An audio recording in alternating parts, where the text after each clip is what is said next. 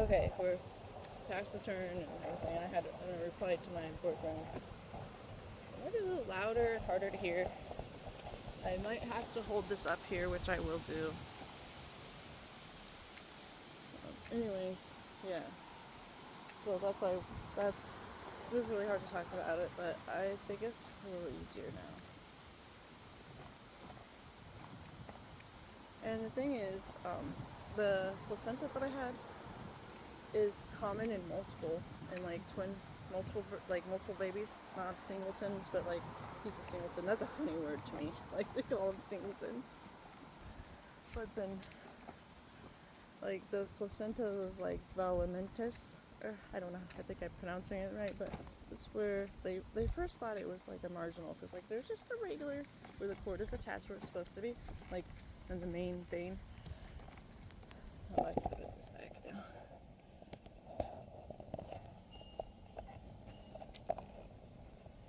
And but marginals, where it's off to the side, and they thought he was marginal.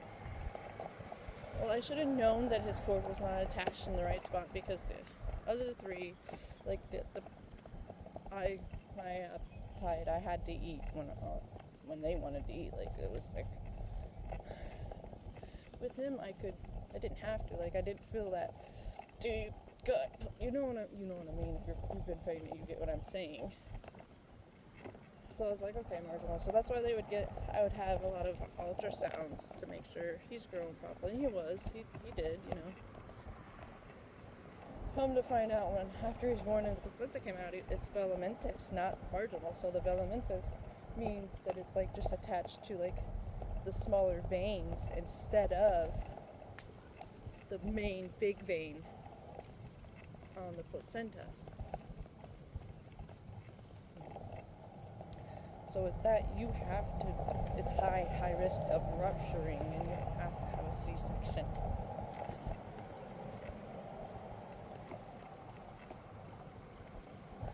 And what I didn't have with my other pregnancies at the beginning is like slight spotting, which I had with him. So I don't know if it was actually a singleton, or if there was a possible another baby in there, or I don't know. Like, they didn't say anything about another sac, but I mean, I didn't get seen until 20 weeks, and by that time I had been done spotting for like months, obviously. Like, it was like very early, like in the first couple of months, when I was just like, yes, please, miscarry, because I didn't want to do this. I was scared to do this. It's like last time I begged for a miscarriage and I had it, and I was sad because I didn't want the baby to feel unwanted, but also I was like, it's not that I wouldn't, I just don't think I could,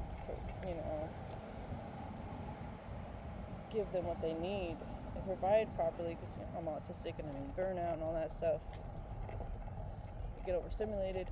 I don't have a better understanding of my autism and all that stuff, so I'm doing better with that, but I still can lose patience, obviously, and yell, but not as bad. Like,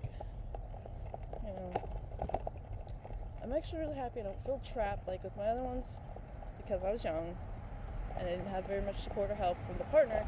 I felt trapped and like, oh my god, it's never ending.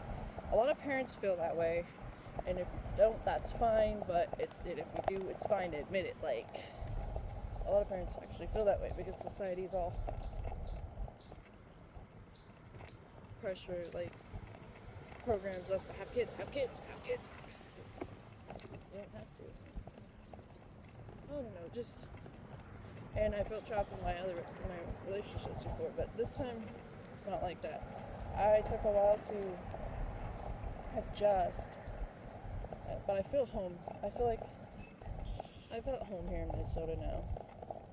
I feel at home with my boyfriend. I feel at home with him. Like, I think it also has to do with my childhood trauma, and like, my parents felt trapped with me. My parents felt I was like a burden. Not only because, like, my mom really wanted a girl, but like, that she got me oversensitive and overstimulated, and just like I was rough. But my mom's like, it wasn't your fault. Like, it was your trauma, but also like you're born that way with autism. But like at the time, they were young too, so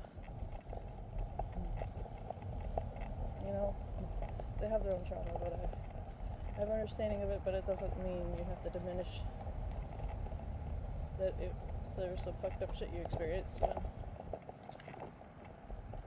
Anyways, back to the vomitosis placenta. Well, I'm supposed to have a C-section, so I feel like my spirit team, like, okay, with my first and third birth, I had dreams of how that was going to happen. I didn't know the third one was the third one that I was dreaming about, but I thought it was the second one. Funny thing is I dreamt exactly where I was going to live too, like where I was living, like a town. The first one, I dreamt that I was going to have a C-section about a month before his due date, and I was right. The second one, I just had like inklings, like weird visions and weird like energetic things where I feel like, oh, like I would see like barbed wire and be like, oh my god, I'm gonna get cut open. Like I was like really OCD, like prenatal OCD type feeling, but I was actually picking up how I was gonna give birth. This trail doesn't have too terribly many people, but there is still some.